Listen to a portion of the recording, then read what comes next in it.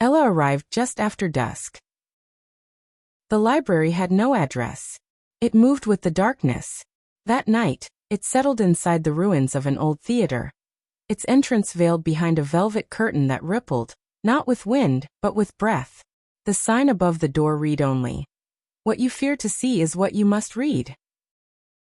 She stepped inside. Immediately, the light left her.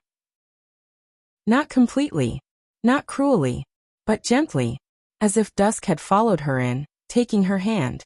She stood in a wide hall lined with bookshelves that faded into shadow. No candles, no bulbs, and yet she could see. Or rather sense. She understood then. This library was built not of paper and plaster, but of perception. It existed wherever someone was ready to confront what they had buried. A voice, not from a person but from the dark itself, whispered, "Do not search for the light switch. Read by the illumination of what you remember." Ella took her first step. To her left, a shelf labeled, "The Things You Never Said." She reached for a book. It opened itself. Pages filled with letters she'd never written. Apologies delayed too long. Moments she stayed silent when her voice could have changed the air. On one page, her handwriting read, "I wish I had told you I stayed because I loved you, not because I was afraid." She closed the book. It did not vanish. It simply pulsed like a living thing acknowledged. To her right, "Memories You Misremembered." Ella walked slowly. This section bent like a spiral. The spines of the books shimmered with strange textures, some soft as moss, others brittle as frost. She opened one. A birthday party. She had always remembered laughter, but the page showed silence after the cake. A friend who didn't come. A gift she had pretended to love. And yet, she smiled. Because in the truth, there was something warmer than nostalgia. There was clarity. She continued.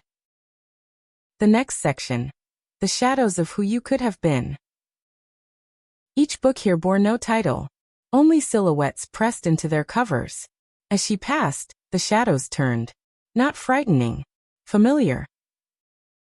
One resembled her as a traveler. Another a mother. A third cloaked in solitude, writing poems in a forgotten language. She touched the third. It opened with a sigh. Not words, but scent. Salt, ink, the silence of snow. She closed it gently, bowed. Midway through the hall, she found a table. Upon it, a single mirror. She looked in. And saw herself as others had seen her. Laughing and aching, selfish and kind, cruel in moments she thought herself righteous, noble in moments she had forgotten. Behind her, shelves began to shift. The fears you inherited. The desires you denied. The names you forgot were yours. Each one called softly. Ella sat cross-legged before a shelf. She chose a book marked with ash.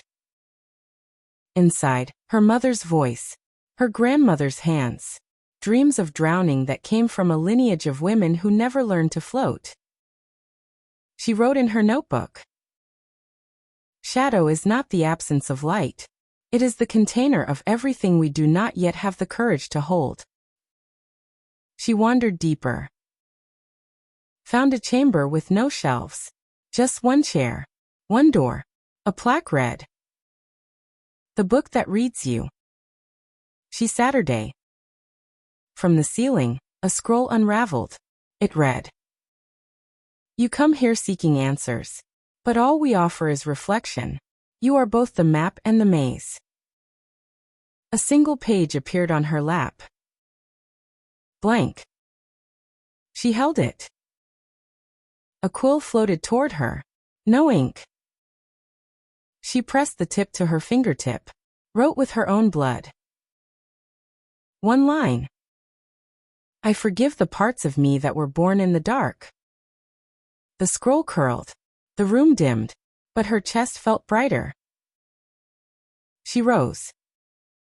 As she returned toward the exit, the shelves began to murmur. Softly. Not urgently. Like old friends saying, "You may return whenever you're ready."